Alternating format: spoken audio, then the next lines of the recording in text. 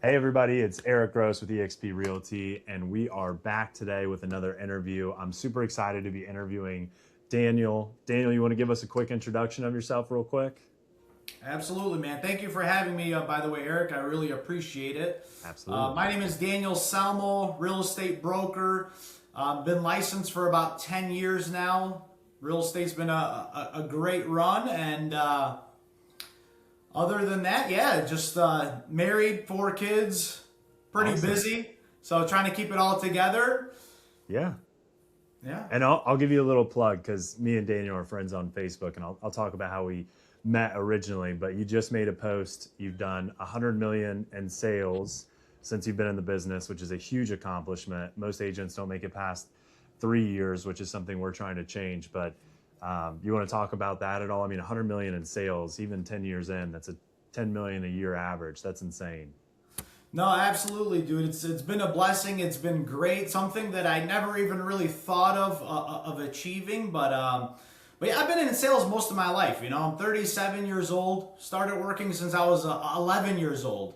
My family had a restaurant, submarine shop actually. So since then, Sweet. just been selling. Yeah, I've been in submarine shops, been in retail shops, clothing shops, liquor stores, you name it. Cell phones actually was what I did before I got into real estate. Nice. The liquor store really pairs up with being a real estate agent. I feel like that kind of sells itself at that point. So Yeah, little right. real Right. Well, estate I'm not a knowledge. big drinker, but yeah, That's no, that's so. Sales been in my blood, and to be honest with you, I never even thought about being a real estate agent. I got licensed because back in 2015, me and my wife we got married. We bought our first condo, and we put a little bit of money into it. And I realized I could flip this thing. You know, I didn't really know what flipping was at the time. I was in my early or late 20s. I think I was around 26 years old, and I nice. didn't really know much about real estate. I was just in retail most of my life, working hard. And when we bought this condo, we obviously bought it to live in it. We weren't flipping it. Yeah. So we bought it, put a little money. I'm like, oh, I could flip this thing. I'm like, you know what? Why don't I get my real estate license? That's what Sweet. triggered me to get my real estate license.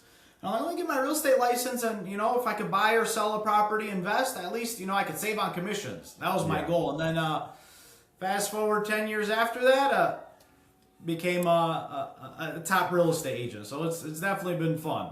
That's awesome. And that was going to be my next question, but I do want to start. So you work in Michigan and Florida, correct? Do you want to say what parts of Michigan and what parts of Florida? Absolutely, yeah. So I've been licensed in Michigan since 2017 or 16. Took it full time 2017. Sweet. I pretty much serve Metro Detroit, which is the tri-county, the top like three most popular counties in Michigan, which is Oakland, Macomb, and Wayne County. And Sweet. Detroit sits within Wayne County. We're about 20 minutes north from there. Very populated, whatnot. And as far as Florida goes, I've been licensed there since 2021 or 2022. I get it mixed up. It's crazy those years, COVID and everything going on. Yeah. But I mainly serve Miami-Dade, Broward, and Palm Beach County. I Awesome. can do all of Florida, but I primarily focus on those counties. Absolutely. And I definitely want to talk about like the Detroit market because I think when I first got licensed, it had a really bad rap. But from the agents I've talked to in Detroit, it has completely turned around over the last 5 years. And the way the city has handled it has been awesome. So I definitely want to talk about that. And I think it's great as well that, we were licensed in Ohio first. We were licensed there in 2018. And then we got licensed down here I want to say 2021, 2022, same thing. Like it kind of all runs together. But there's so many people that are licensed in multiple states, which is great. And there's so many people from up north that are like, I want my Florida license. It's very doable. It's a great way to kind of come down, be able to jump into the business. And there's so many people that are looking to relocate here, agent wise, where it's awesome to be able to kind of get used to it, get familiar with the areas, and then I just saw you had a big closing down here, so you're doing a great job down here as well. Thank you, man. So yeah, absolutely. So we'll kind of take it back then. So getting into real estate, you did it because you were looking at flipping a condo that you were planning on living in. Before that, did you have was it ever on your radar? I want to be a real estate agent. I want to do investments, or was this just random out of the blue? Like, heck yeah, let's do this. Yeah, no, totally. Like I said, I was in retail most of my life, so I didn't really know much else, And I was still, in my 20s, and you're still learning, creating, going through experiences. So I didn't even really know what a realtor was, to be honest with you. And then, when we bought our condo, we did use a real estate agent. And on the settlement statement too, I saw how much he made. At the time, we bought the condo for $190. He made 3%. It was around $6,000. I'm like, wow, this guy just sold one property and made $6,000. I used to work 50 hours a week and make $1,000 a week. And I thought I was the man, and maybe a little at the end if there was any left over. Yeah.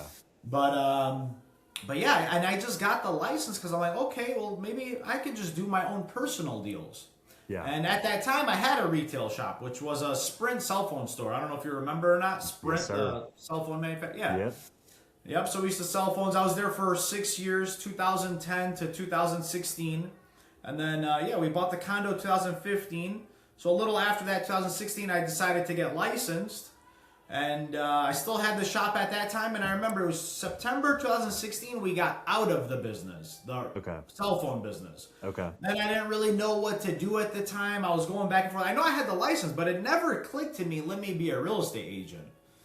Nice. So prior to that, when you buy a businesses cost a lot of money, 100, 200, 300, and it was me, my brother, and my father. It wasn't a lot of money out of my pocket. I was younger at the time, but we all made the investment, time, effort, energy, all from different areas. And that cell phone store cost us $250,000. And we paid it off within the first 2 years. And then after that, we made a little money. But the last year, we were in a mall, and the mall was in a little rough spot. So there was a few shootings actually that happened. Thank God we didn't get hurt, whatnot. Yeah, it's pretty crazy. There was actually just a shooting there 2 weeks ago, and someone actually got murdered. Yeah. So avoid that mall is what I'm hearing. So it's in Dearborn, a city called Dearborn, which is actually a pretty safe city for the most part, and it borderlines Detroit. So I know you were asking about Detroit, which I got a lot of opinions on Detroit, which is pros and cons. Yeah. So with that, September 2016 got out, didn't really know what to do, was going to buy another cell phone store because that was just what I knew. And I'm like, why am I going to go invest 100, 200? I had a little bit of money saved up. Thank God, I was smart with my money. We made some money, but we also lost a lot. That even led up to that point. But at the time, I'm like, why am I going to take 100, 200, 300, a loan, this and that, and go buy a business? Open and close, we call it, from 10 a.m. to 9 p.m. You're working all day, every day. Retail's not fun. I'm sure everyone's done retail in their life. But I did it like on a heavy scale, like owning the business, running it, inventory, employees. Yeah. It's a lot of work. So I'm like, you know what, man? I got my real estate license. It cost me nothing to get. Yep. Okay, $500, $1,000, whatever, to be licensed for the year. If I can sell this was my goal. Literally, I decided this December 2016. Okay. I said if I could just sell 2 properties a month at $200,000 in volume, so a total of $400,000 at 3%, I'll make $12,000. That was literally my mentality. And I'm like, and not only that, I don't have to. I was like, it's more money than I ever been making. I was making around $5,000 to $8,000 a month. Okay. But I was consistently getting a paycheck, which feels good. But over time, it doesn't add up as much. So I was making $5,000 to $8,000. I knew I just needed a bare minimum of $1,000 a week. I'm like, I could take the chance. 90 days to. I had 3 months to 6 months of reserves at the time. So I was willing to take the chance. So I'm like, this is my chance. So December 2016, went full time. I was like, no investment, just my time, just my energy. I know people.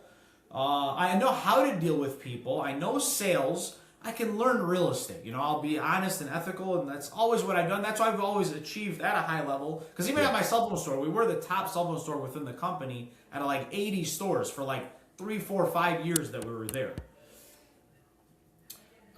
So with that, I'm like, all right, let me go real estate full time. No investment. I can make more money.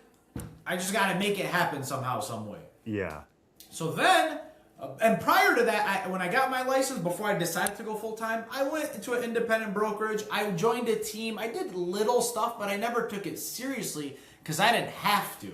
Yeah. And in September, when I lost the store, I just lost $250,000 and 6 years of my life. But luckily, I had a little money, so I'm like, my back's against the wall now. And when your back's against the wall, I'm sure you know how that feels. Yeah. You gotta put in the work. You gotta just make something work. So I'm like, All right, this, that. When I joined the team, they wanted me to cold call, and I was terrified of cold calling. I still am till this day, but I do believe it's a great way of generating business. Never done it, but I plan on to, by the way. So anyways, I'm like, all right, I don't want to cold call. I don't have money to buy leads, and I don't understand it really. Yeah. You know, I was brand new in the business.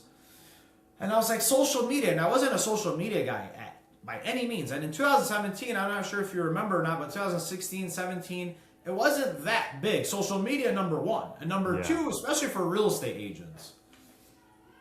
So with that, I'm like, you know what? Social media is free. I can get this many views and impressions for free, and I could potentially get clients. If I can just close 1 or 2 deals a month, I'll be solid. So fast forward. I know I'm rambling on here, but this is definitely adding value to the guests and the viewers. But no, man, it's all experience and taking the leap of faith. And just so I set a goal. I said 400,000 in volume times 12. My goal was 5 million for the first year, 25 units. Yeah. Social media only. Fast forward to that year, I ended up with 5.6 million in sales, 27 units. So, and then from there, I just took it from there. So that was my story in a nutshell. Yeah, so there's a lot I kind of want to unpack there. So you ran a business before, and I talked to a lot of real estate agents, and this is something I struggled with mentally when I first got licensed, because I did the same thing. Like I had a full-time job. I did this kind of just dabbling in between. I was going to college. I got my license just to focus on the investment stuff. I didn't realize this was like a business, and this is going to sound terrible and not something you want to admit where people are going to be able to view it. I didn't realize this was a business until probably 5 years in, where then I started to go, this is a legitimate business. Like I have marketing, I have overhead, I have expenses, I have income, I have to follow up, I have to look into different avenues, I have to network. It is a business. You are a business owner. And every real estate agent for the most part is a 1099 employee. But really 1099, you are your own contractor. And I didn't realize that. So I think, how much did it help you going from a business where you had all of that, you knew how to look at numbers, you knew how to look at all of that. How much did that help with the transition? Because your first year doing over 5 million in 27 sales, that in itself is a huge win. But how much did owning that business ahead of time kind of prep you for it? So that's actually a great question, and I want a lot of people to absorb this, because yes and no. Because don't forget, like I said, I was used to the consistency in real estate. Yeah, let's say overall I made 5 to 8 grand, but in real estate you close one deal and make 12 grand, but it just doesn't feel the same, even though it's a large amount, because you don't know when the next one's coming. 100%. But there's been years where I made more money. It just felt different. And till this day, 10 years later, we wake up every day, unemployed. We got to go out for the next sale. Whether we have a team or we're running it like a business, we still got to run the well-oiled machine. Yeah. So if you get into any 1099 position, independent contractor, whether you're selling real estate, life insurance, mortgages, a lawyer, CPA, whatever the case may be, you got to be willing to stomach knowing that it falls on you. And that's okay. It's good pressure, because without the pressure, there's no diamond. Yep. But that's what it takes to be an entrepreneur. So you as the individual got to have the mindset and the mentality, besides the sales part. That's a whole nother part. And running a business, that's a whole nother part. But just the stomach of being an entrepreneur and just being prepared and being smart it makes you smarter with your money too. 100%. I talk to agents all the time. Like, you can do everything you want to do consistently in this business. You can follow up, you can cold call, you can market, you can do open houses. There's consistency to it that you need to do. But there's stuff, I don't think people, like the public, understand this. There's so much stuff out of our control as agents. A client's life changes, they lose their job, something happens. Like, we have a pipeline that we follow. So we have a CRM, there's a pipeline, we have people we follow up with. These are the people that are motivated, they want to move. We kind of parse it out. 0 to 3 months, 3 to 6, 6 to 12, 12 plus is kind of how we do it. And your pipeline can be really full, and then you can have a really slow, because the market, rates, there's stuff that's outside of our control. And that's one of the toughest things, I think, with being a real estate agent, is you can come in to work, you can come in and put the work in every single day. And there is a little bit of, like, I would say luck, There's a little bit of just timing. So there's a roller coaster, you know? And I tell everybody, like, real estate is a roller coaster, and you'll have agents that'll come out and say, I can get you off the roller coaster. I'll show you how to keep it steady. And it's like, there's things you can do to make that roller coaster, instead of turning it from like some crazy amusement theme park, or you're going to the kids roller coaster where there's still ups and downs, but they're not as violent. But being in real estate, there's just so much that's out of your control. And it is, you're a 1099 employee. Like, nobody's going to come over and say, hey, you did a really good job this week. You called 2,500 numbers. Here's a, $10,000 check. Nobody does that. Like, I've had weeks and months where I've called, I followed up, and you just get kicked in the face, and you're like, all right, like, I'm going to show up again today, do the same thing, because it'll pay off. But a lot of it's kind of out of your control. So to add to that, speaking of following up, you're actually an inspiration when it comes to follow up, because you do have a good follow up game, and I could tell that you care, you're genuine, you're following up, and it inspires me and motivates me to become better. So the better you do, it inspires somebody else to become better if they're in that field. And they're like, wow, I respect that. Because I understand what it takes to do that. Yeah. 3 months, 6 months, database, follow up, call, text, email. It's not easy. It sounds easy, but to do it consistently. So props to you, and I respect that, and keep that good work up. Yeah, I tell everybody, and like, it's not like a self-deprecating humor. Like, I'm not the smartest person. I'm not the most outgoing. You meet me in public, I'm not going to come up and talk to you. There's some real estate agents that are like rock stars with that. We had a meeting in Nashville with a bunch of like people at EXP in our group, and they were going around the room, and they're like, what's your superpower? And like, all these agents are like, oh, I'm super outgoing, I'm well connected, and all this other stuff. And they came to me, and I'm like, I just will follow up until people like, and it's a genuine follow-up. I always want to hear how people are doing. I want to see how life is going. Nowadays, with social media and all these other things, none of us actually reach out to each other. We're not reaching out and being like, hey man, how's life? How's the family? How's business? So to me, I'm like, that's where I can add my value. I enjoy following up. I enjoy to hear how people are doing. I followed up with an agent yesterday. She's got 20 plus listings down here, and she's super stressed. And I was just like, that's awesome. If I can help, let me know. Like, genuinely, if I can share it out, if I can market it, if our team can run open houses, anything you kind of need. So follow-up is huge. And I tell my team, I've had multiple leads down here close that I have followed up with for 3+ years. And it was just by me consistently following up that they came around. Whereas if I would have stopped, on 2 years and 9 months, I wouldn't have had that client. The client appreciated it. None of my follow-up is like pushy. It's always just like, how are you doing? How's your week going? Anything I can help with. So follow-up is massive. What were you doing that first year to get 27 closed transactions and $5.5 million? Where did that business come from for you? Yeah, so as I was mentioning, cold calling wasn't my thing. Buying leads wasn't my thing. So I was like, what route am I going to go? I didn't know a bunch of people. I didn't have a big network.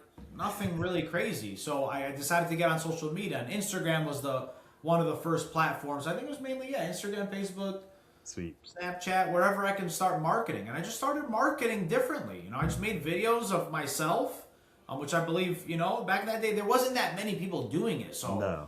For them, and just to have the courage and the confidence, and I was just being real and genuine, like you, when you're following up and stuff. Just be real, just be genuine, talk about the market. People love that, and just marketing properties as well, just showcasing everything that I was doing, from showings to writing offers to inspections to walkthroughs to closings to new construction to adding value to advice. Just trying, and honestly, still the same thing till this day, just a little different. Yeah, that's awesome. Because there's so much noise out there too, and the realtors went way. So there was a time, probably around 3-4 years ago, where like the realtors and lenders and all these social media influencers just got way too extreme, and it kind of made me be like, "Whoa, I wasn't trying to do all that," And nowadays, people are coming back to the realness, is my whole point of that. So, if you're trying to market yourself and attract buyers and sellers and investors, do what you got to do to what fits your personality, but, don't be too much either, because people don't like the fakeness. They'll see right through you, and they're going to have to meet you in real person. That's what I always tell people. So don't act one way and act a different way when it comes to real life. Yeah. So that was one thing that worked well with me. I was always myself. being genuine is everything in this business. Like, it really is. Like, if you are who you say you are and what you portray, you will attract people. There's videos from when I first got licensed, like 2018, 2019, that are public, so people can find them. But if you ever want to see people do like really bad at videos, I interviewed like lenders and title, because a lot of people didn't understand that side of the business. To be honest, I didn't understand it. So the interview was kind of like a, hey, break this all down for me. And I go back and watch it and I'm like, they are the worst videos. The quality sucks. Like, I'm in a Coldwell office with a weird backdrop, but I did it. And because I did it, and I'm sure you were in the same boat, like, I would post that and then I would have somebody reach out 6 months later that I'd never talked to. And it was like, hey, I saw that video. Me and my, wife, or me and my husband, like, we're going to go look at homes. Can you help? And I was just like, holy crap. Like, you guys are watching that. Like, I put it out, I got a couple hundred views and I thought everybody was making fun of me, and it led to business. And I was like, that's when I realized, I'm like, if you put stuff out there that adds value, like, people will come to you. It will attract people 100%. Yeah, you just said a key point right there. He watched it, and a few months later, he followed up. So what's cool about social media is once you post it, it stays on there. Yep. So it's kind of like a CRM for you. Yep. It's playing old content. It's working for you while you're not working, because you already did the job once, and it's just doing it over and over again. And there might be a time where someone's just scrolling through your page, like, all right, I need a real estate agent. Let me say, this guy's cool. Okay. That video, oh, that makes sense. Oh, you know what? Because this video I made in 2018, that's what hooked me to saying this guy is the real estate agent that I'm going to work with, guy or gal. 1,000%. And for new agents that are like nervous to get started with social media, and I'll kind of ask your tip on this, but like, my advice is just do it. Like, I have seen so many agents, and even agents on our team, like, they want the content to be perfect. So they get stuck in this cycle of like, I can't do it because I don't have this camera, I don't have these mics, I don't have this setup. And I'm like, nobody cares. Like, my first videos, like I said, they were a joke. They're hysterical to watch. I tell my team, I'm like, please don't ever look them up. But, I was putting myself out there. I was doing Facebook Lives. I was doing showings and just showing people what the properties looked like. It didn't matter the content quality. What mattered was I was putting myself out there. People were seeing it. And then when they thought real estate, I was the first person that came into mind, and then they would reach out. So is that kind of a similar tip for you as well? Exactly that. And if anything, what I do lately is I try to do the opposite. I want less perfect. I want something to be off. I want to say the wrong word. You see my post. I'm very real, raw. And I know it's rare, you know, but I'm just myself. And that's what I meant by, like, don't try to do too much. Yeah. Like, just chill, because you don't have to be so cinematic and like Hollywood. Like, just be yourself, because eventually you're gonna have to sit and talk. And I know, like, I'm thinking, like, oh my God, this person just made this video, and like, it's out there, and it's like, how do they genuinely sit with someone and talk to them about buying or selling a home? Because it's not just like, oh, this person made a cool video, I'm gonna go work with them, and then, hey, I want to buy a house. All right, sign this document. All right, there's a lot that goes in between that. So like, you gotta stay consistent with yourself too, because if you try to play too many roles, it's just going to bite you. You might fool one or two or three people, but eventually, yourself, you're just not like that. So just be honest, be genuine. Obviously, always do the right thing. That's why, I always say this. I always close the way I want to be closed, and I don't like hard closers. Yeah. Okay, so like, I respect it. You got to understand how to push people through the sale and assume the sale and try to get a deal, but by being honest and genuine, if you genuinely believe it's the right thing for the client, Yeah. You can't just listen, we're either going to work with each other or not, sign here. And it's like, bro, if someone said that to me, I'd be like, all right, man, no problem, thank you, have a good day. Yeah. But if it's like, hey, I want to help you, I'm here, all right, you need to move from A to B, and this is why, this is what I recommend to get there, I know I can help you get there, the sooner we get it signed, the sooner we can get it done for you. Yeah. And the non-salesy part, like, there's different people. I have met people that want to be hard sold. Like, I have talked to people on the phone where, like, they want to be straight to the point. Yeah. They don't want the nitty.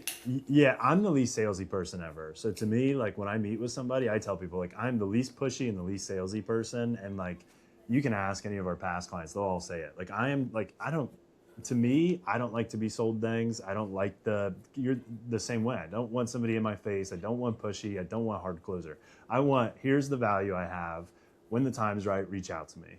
I've had phone calls with sellers that like, they want to be sold right at that moment. Like, and part of it is like the hard closing, but part of it is like, they just really like the getting sold stuff. There's people like that. I attract the people that fit my personality. So I'm never going to switch that and try and hard sell somebody ever. Exactly. Yeah. Yeah. And I think there's something to it. Yeah. Because if I try and force it, if I try and force it, they're going to see right, like you said, they're going to see right through it. If I try and hard sell somebody, somebody's going to laugh in my face because like, I just don't have it. Like I'm not going to hard sell, but I can sit here and have a conversation with you and say, hey, when the time is right, reach out. I'm here for you. Questions, concerns, and any of that. So I think that's definitely something to that. You'll attract the people that are meant to be attracted to you, that you're meant to work with, that line up with your personality. One of the toughest things is like, we as agents, we want to represent everybody. You know, every person you come across, you're like, I want to help you buy or sell a home. Partly because we all have egos. We all want to, we all want to be super successful. And then part of it's just, you want to be able to help everybody that you come across. But I've had so many people that, don't work with us. And I'm like, that's probably a good thing because we wouldn't have gelled. We wouldn't have worked together. Personalities wouldn't have fit. So it always plays out that way, 100%. Yeah, so you can do everything right as an agent and not satisfy a client. What I learned is it is what it is. You can do everything right and then you're the bad guy or you did wrong or it just didn't work out. They went with a different realtor and you're like, that was weird, but you never really know the reason. And I wanted to actually bring this up too, talking about like, real estate and the roller coaster and whatnot. One day you can be negotiating $5 million worth of deals. Yep. And then the next day it can literally be zero. So as a real estate agent, you got to be prepared for this type of emotional roller coaster. Yeah. I was actually just talking to somebody and we're, faith-based people that, we try not to be pushy with it.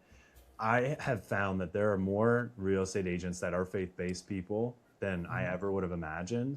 And I genuinely think it's partly because there's so much like faith you have to put into it, which might sound kind of gooey to people. I get it. But like, there is so much stuff that, I've been driving to a closing and then a buyer just decides not to purchase. And I'm like, what is going on? I've had months, like you said, where you have 3 or 4 million under contract and then it all falls out. And I think there's something to just like having faith. And like I tell my team all the time, I'm like, you just have to keep going. You have to keep trusting the process. It's going to work the way it's supposed to.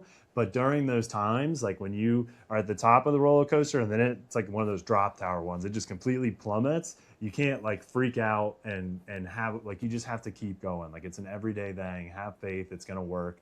It'll like everything works the way it's supposed to. Yeah, no, I mean, you just hit it right on the head. Faith is the number one thing. And what is faith? Faith is believing without seeing. And it's a hard thing to do because it takes faith. And a lot of people, but when we get in this business, we try to control so much, Yeah.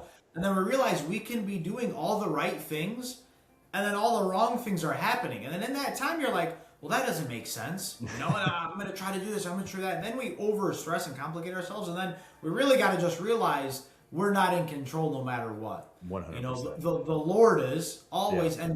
And I actually nowadays when like hard things happen or bad things happen at first, it's hard to stomach. You're stressed, pressure, anxiety, worry, doubt, fear. I mean, till this day, we're not perfect. We're all humans. We're very emotional beings.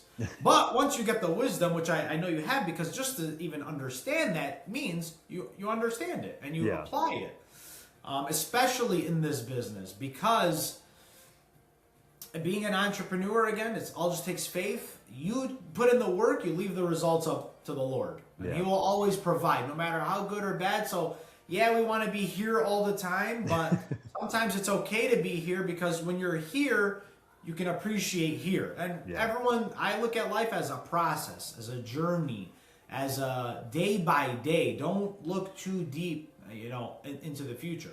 Yeah. That's why the Bible tells us, worry for today because tomorrow has enough trouble of its own. Meaning, if you look, it's okay to look in the future, be aware, get an idea, set a goal of where you want to be, shape it, shape your vision. But no matter what, know that you can't control it. It all comes down to having our faith in the Lord and knowing His ways will always prevail. Yeah. There's a really good podcast I listened to recently, and then I kind of want to go into building business on that. But there's a really good podcast I listened to recently that they had like 2 test groups, and like one test group was kind of told, think ahead, try to problem solve, try to come up with solutions, try to like, here's the problem that's going to happen, and we need you to think through all of the situations and see how you can do. The other test group wasn't told that there was going to be a problem or anything. They had to deal with it on the fly. The test group that was told ahead of time had like their stress levels, their anxiety levels, and their performance to get through that was like significantly reduced. Whereas the people that didn't know ahead of time and just kind of had to think on the fly, they weren't stressed going into it. Yes, their like stress and anxiety peaked when they found out about it. They were much quicker to respond. They were much quicker to like find a solution that made sense. And the whole like science behind it is, and we do this, I do it all the time, I'm the worst for it, but I try to always think of every solution to a problem that hasn't happened yet, because I always want to be like 10 steps ahead. So like even with a deal, I'm like, well, this could happen, this could happen, this could happen. Worst case scenario. Yeah, I'm like, let me answer these 15 scenarios, and then they never happen, like ever. Or they do, like something does happen and it's something I didn't think of, and I'm like, crap, I spent 2 hours trying to think all this stuff through, and it was a simple like solution. So there's definitely something to that. So your first year you did 5.5 million, 27 transactions. What did the growth look like going through that? Like, were you growing every single year? Did you stay stagnant? What did that kind of look like? Your journey? No, absolutely. So I know the numbers off the top of my head, and I grew every year up until 2021, which was my best year. I sold a little over 20 million, and then since then it declined a little bit, and I've kind of been in this loop. But now it's starting to go back up. And there's a lot of reasons. I'm not going to blame the market, but I'll blame me, majority of it. But yeah, the second year I was in the business, sold a little over 8 million. Sweet. The third year was 13.6 million. That's awesome. Fourth year was 18. And then fifth year, which was 2021, a little over 20 million. Then the next year was 18 million, then 13 million. And now I'm averaging around like 7 to 10 million. Okay. Did you change anything, or have you always been social media based? Like, was there any change in leads or anything, or is it's always been social media? That's awesome. Yeah. So I think what happened was a majority of things. Number one, myself. Back in 2021, 2022, just had a lot going on, personally, which we all do, and that's fine, So with that potentially trying to move to Florida, a few investments that I made, some big investments, some bad relationships, just a lot of stuff I had to fix. So for the next year, 2 or 3, I was just in defense mode, doing bare minimum basics, trying to clean up. Yeah. And then about a year or 2 or so ago, I got out of everything, and now we're back on offense again. Sweet. There's a lot to that I want to unpack. But there's definitely something in this business that I think a lot of people don't realize. Like, being a real estate agent is a full-time, like the cell phone store, you said you're 10 to 9, right? You said it's an all-day thing. That's really long hours. That's really tough. My phone goes off with clients, with agents, with our team members, with our downline at probably like 5 in the morning. And it doesn't stop. Like, I got back from our son's football practice last night at 9:30 and still had clients texting me.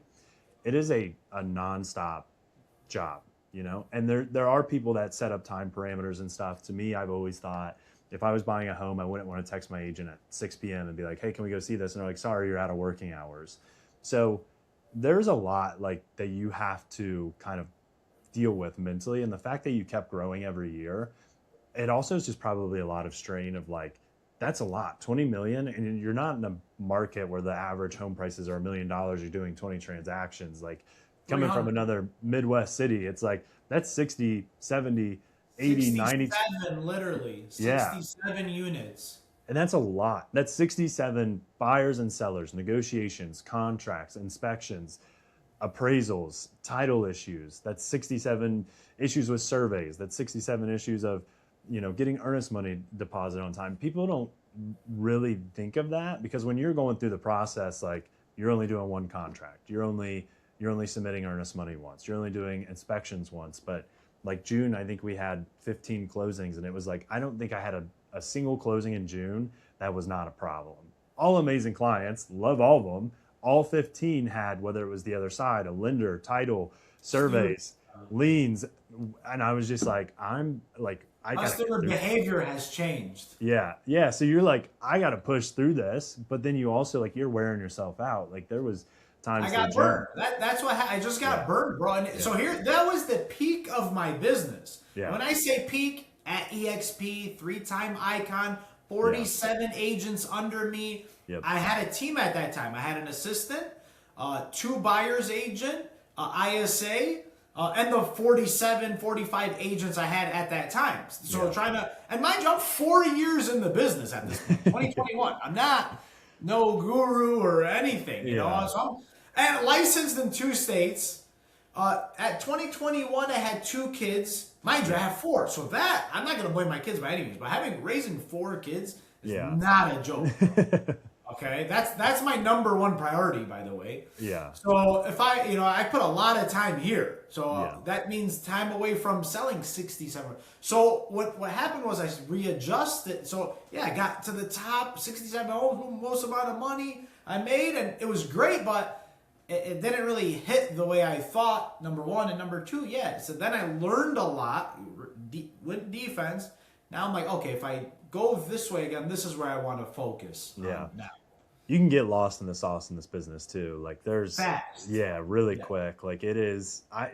We have had discussions. Because we're all looking for the easier way out, which I respect. We're all. Why did I go to EXP in 2019? Because of the revenue share. I loved it. I loved profit share because I was with Keller Williams. Once I heard about revenue share, and I've never seen a company make so many millionaires in my life fast. 100%. Yeah. And that blew my mind. And I attracted more agents than the people above me. Yeah. But I brought on all brand new agents. They brought on whales, and they have 3, 4, 5, 8,000 agents now. And I respect it. I respect it. And the rev share thing too, like we enjoy doing it because I wanted to be in a coaching role at some point. Like I really like coaching. I coach my son's football team. Typically, as a leader, you have that, characteristic of you just wanting to help people and lead and guide. Yeah. And so we saw that, but like I think a lot of times, and we love EXP. It's been amazing for us, our business and everything. But I think a lot of times, like the revenue share, like there's a responsibility that comes with it. If you're actually going to be a leader, there's a responsibility with helping agents. Like if one of my agents call, I don't want to, hey, I'll get back to you in 4 days. It's the same as a go client. To the world. Yeah, like I want to have that conversation and walk you through it. So there is something to that.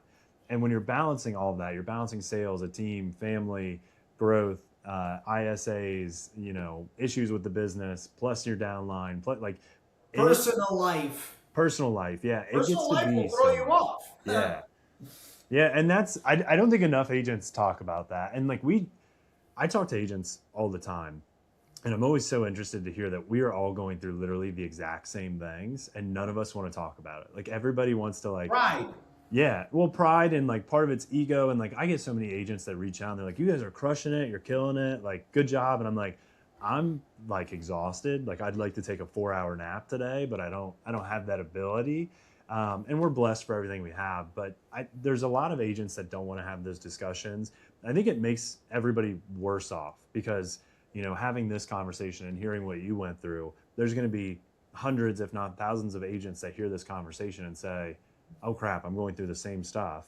Like, and we're all here to help each other. Like we're all in this together. Like there's obviously like a competition field of real estate, but it's like, we're all going through the same stuff. We all have listings that might not be selling. We all have buyers that are on the fence. We all have personal issues and everything going on.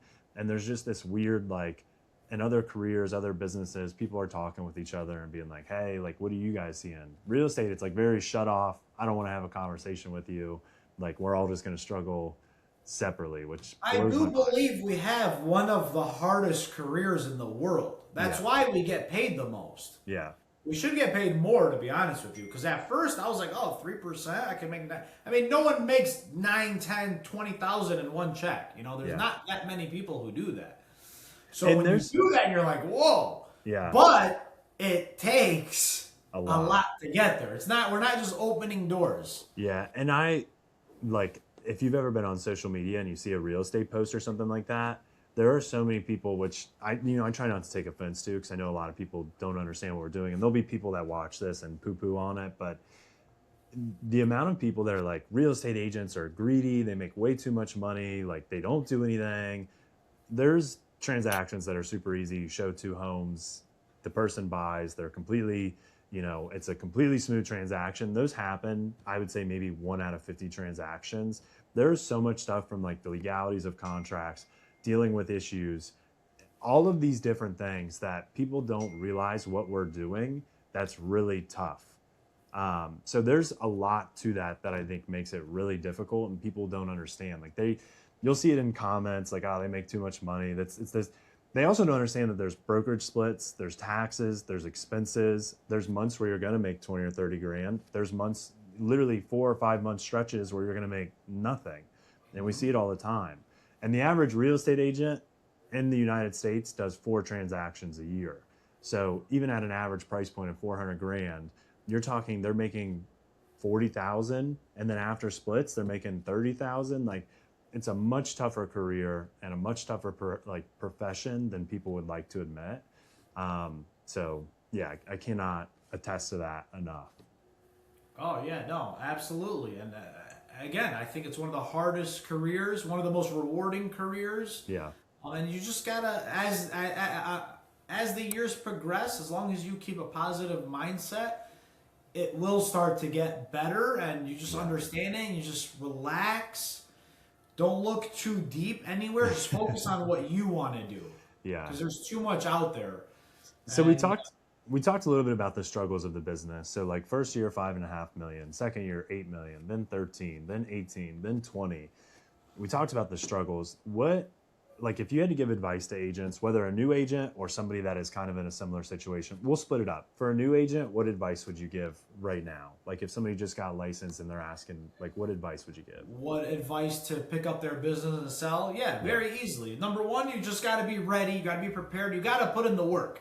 Yeah. You got to understand that you're going to be put in a lot of uncomfortable positions if you haven't done sales before. Like, for example, it sounds easy, but if you tell someone new to call your sphere, and tell them you're a real estate agent, that sounds easy. But when they go to call Aunt Sally, who she hasn't talked to in 8 years, and he's like, hey, Aunt Sally, I'm a real estate agent. Want to buy a house? And it's just weird and awkward. Yeah. It's tough. But so you just gotta, they gotta learn how to communicate, Yeah. So just understand that they're gonna have to be uncomfortable, communicate, work on communication skills, and do cold calling right away. And the social media. Okay. And that's it. And just like that all day, every day, lead generate until you get a deal. Yep. Don't do nothing else. That's like literally to a T what I tell people, like 100%. Yeah. Like I think everybody has to be comfortable with being uncomfortable. Yeah, you got to just know there's times where I still have tough conversations like, man, I got to call the seller back. All right, there's that. All right, here we go. You know? Yeah. So those tough conversations, you can't really teach nobody that. The best advice I got when I first got in the business was actually my sponsor at EXP, who was my realtor at the time, who was a friend as well. And at the time, I thought it was the worst advice he ever given me. I was actually disappointed at him. But over the years, I was like, oh, I got it. Because I'm like, when you get in, you're like, what do I do? What do I do? So you ask this person, then that person, then this. Then you go to this brokerage, then you go to that brokerage. Then a year or two goes by and you realize, like, damn, I kept trying to follow all these people. Yep. They were all just over-promising and under-delivering. Yep. I guess it just comes down to me. So the best advice he told me was literally this. Just close a deal. Yeah. That's going to be your best experience. Just close a deal, and then close another one, and then close another, and you'll learn. And he didn't tell me that. He just said close a deal. And I was like, what the hell is he talking about?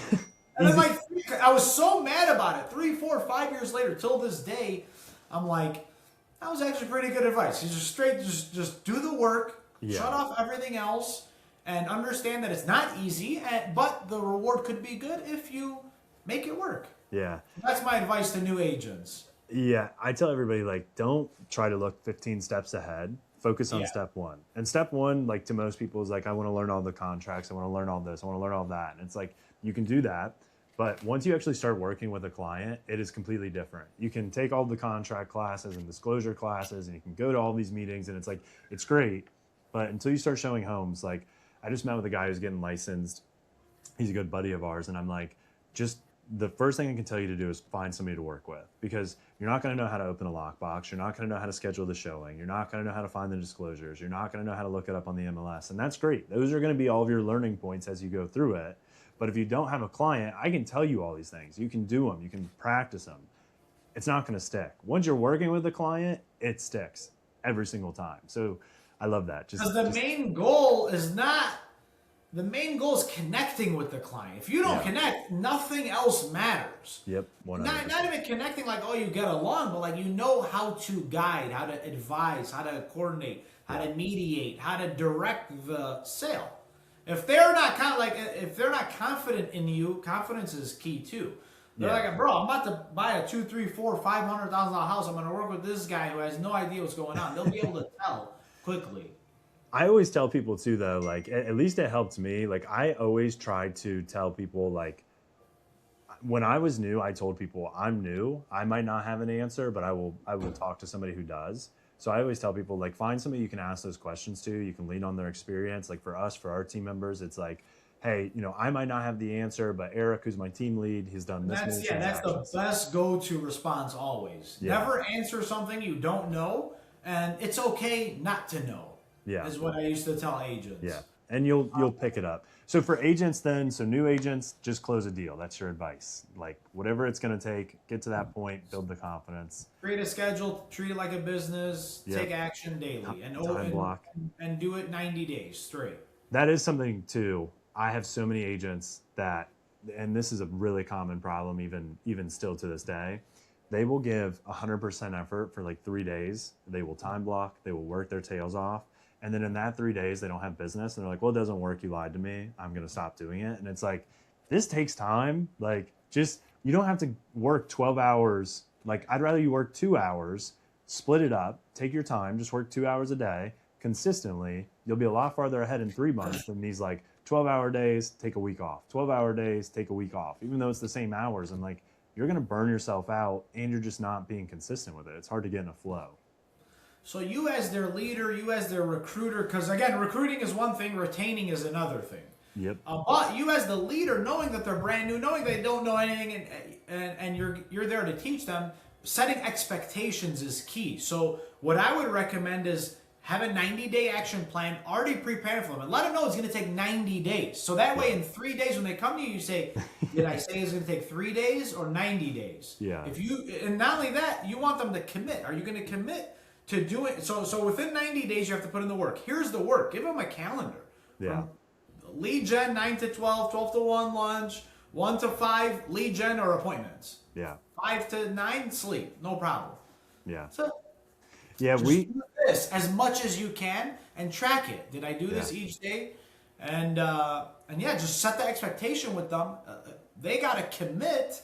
And once they commit, then it's like, all right, let's go. If not. That's the part, because we have a 6 month, like we have a 30-day very detailed, like this is what you need to do immediately. Every day it breaks down all of your activities completely spelled out. And then we have like a 6 month, like this is what you should be doing lead gen wise. Here's different tips and stuff. But you'd be surprised. You really wouldn't be surprised based off the numbers. Like 85% of agents don't renew their license after the 3rd year. You'd be surprised at how many people, like we have a lot of tools and all these other different like guides and plans and all of this other stuff. There's only so many agents that will actually pick it up and do it. But I think too, going back to what you were saying with being at EXP, like you said, you brought on a ton of new agents. That's really tough because you have to think the majority of agents, it's just the truth, and hopefully we can change it, but the majority of agents are not going to renew their license because they're not committed to it. They're not committed to the ups and downs. They're not committed to the daily work, the consistency, the 90 days of doing work, and you still might not have a closing. Like people don't want to have to get through the really tough part. And then once you make it past your 3rd year, I tell everybody, I'm like, just naturally, if you're doing stuff, it is going to get easier. You're going to have more confidence. You're going to have past clients. You're going to have referrals. You're going to have the ability to grow from that point. But so many people, they want to You watch Selling Sunset, they want to jump in, they want to close 50 million in their first year, and then they don't. They're like, well, I'm out. That was dumb. So it's definitely I- committing to it. yeah, so for brand new agents too, another thing I would say to them is with setting expectations is letting them know it's gonna be hard work. Like, don't think 100%. it's gonna be easy. It's gonna be hard. So Yeah. that way, when it is hard, it's like, Told told you. you so. Yeah. Yeah, told you. So When for you're at the agents, day of closing, the buyer did a final walkthrough and the two spigots are leaking and they're not going to close and the seller already moved out or they're going to back out. yeah, You got to give up a couple $100 and get it fixed really fast. You know Yep. what I'm saying? 100%. I've been Or there. the Done buyer that. just did a final walkthrough. This was my past two closings. Buyer did a final walkthrough. There was garbage. Oh, seller's out of state. The Florida deal. Yeah. Oh, this, that. We need $300 for a clean out. Here's half of it. Yeah. You know what I'm saying? Or Yeah. we're not closing it. Yeah, like let's get this to close. So for agents then that have been in the business, what's your advice? Whether it's they're struggling through business, maybe they're just starting to get their feet under them. Like for an agent that's been in the business, what would you recommend? Yeah, so for an agent who's been in the business, who it depends what their goal is. Do they want to do more sales? Do they want to build a team? Do they want to add a different tool to the tool belt? It all depends. But let's just say they want to grow their business. So a few things, and you mentioned a lot of it already, which is one is treat it like a business. Yep. So what are your KPIs, key performing indicators? What are the top things I need to measure now? We know we need to lead generate. We know we need to schedule. We know what our goals and whatnot are. But how do we get better? So I think the next step is, besides what you're doing to lead generate, try to become a little bit more efficient, which means have a CRM system. Yeah. Actually use the CRM system. Call, text, email more consistently. And just continue to lead generate new business. 100%. One actually other main thing, if you're able to invest. So I like to keep costs low. Same. I tried everything. It all works if you want it to work. Yeah. You could go and spend money here, money there, money here, money there. It's all good if you want to. You just got to be prepared for 90 days to try it out and be able to stomach it as well if it doesn't work out.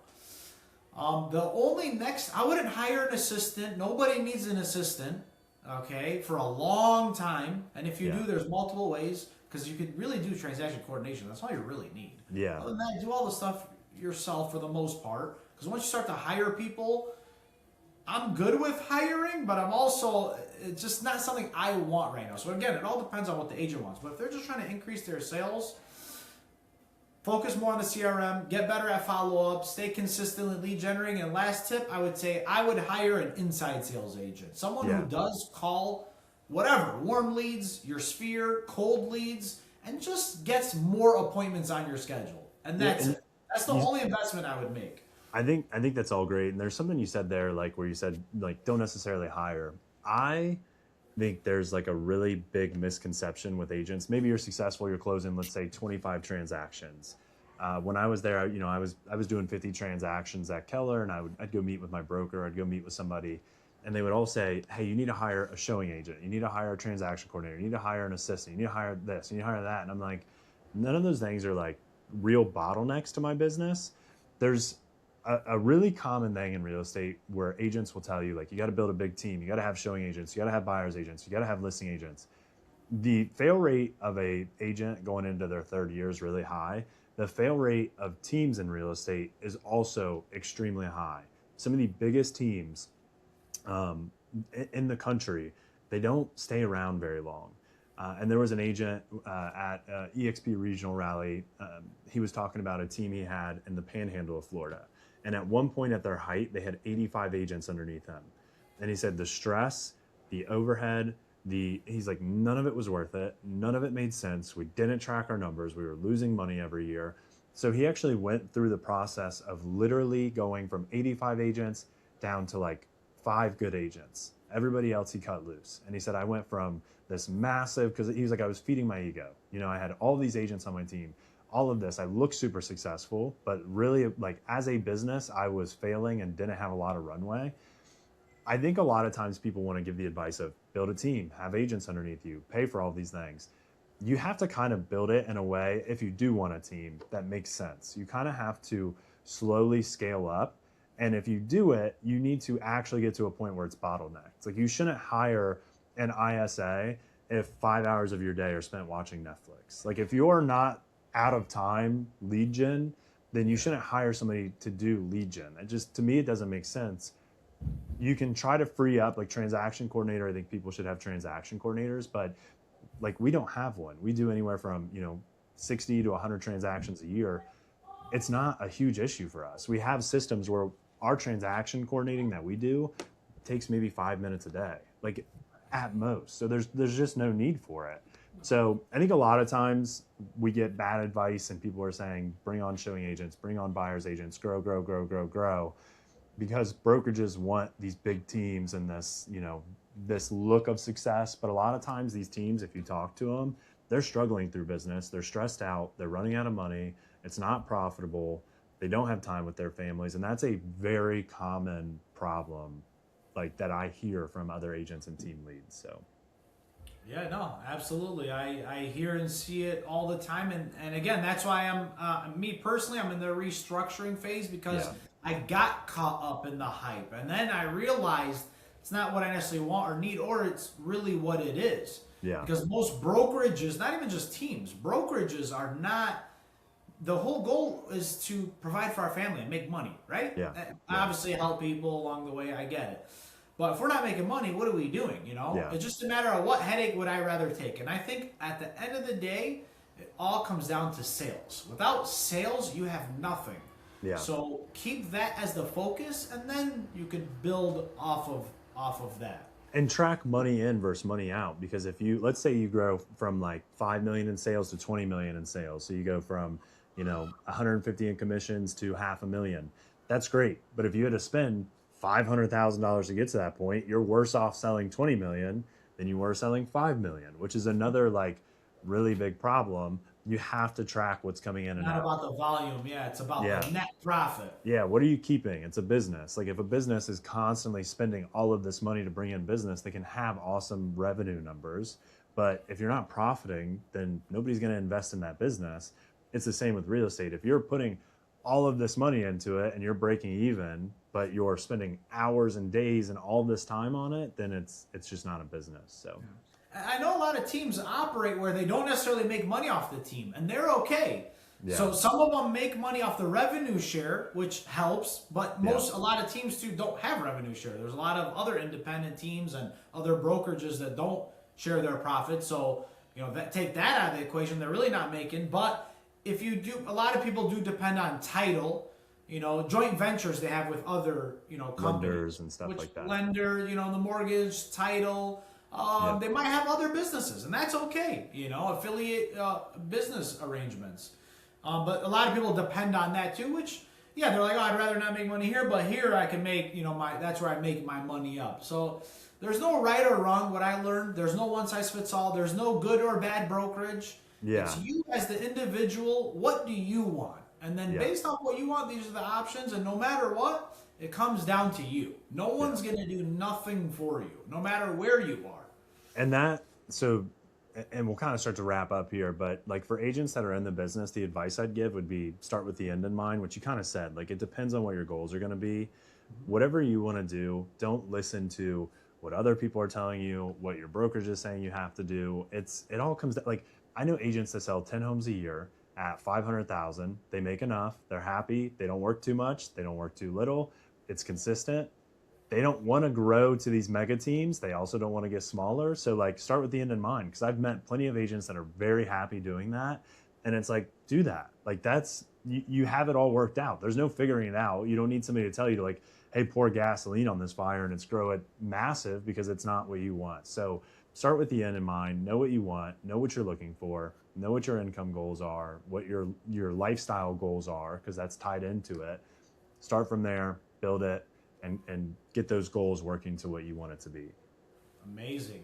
Yeah, no, that's literally where I'm at. You just create a minimum standard of what you need. Yep. And then if you could, get that done along with what the life that you're, willing to enjoy. And you're always going to have in the back of your mind, like, I have more potential. I could do more, but I know what it takes to get there. And what am I willing to sacrifice? Yeah. Love So if that. you're good with that, and you know God is your ultimate provider, and just do your best, and everything will happen at the right time. I love it.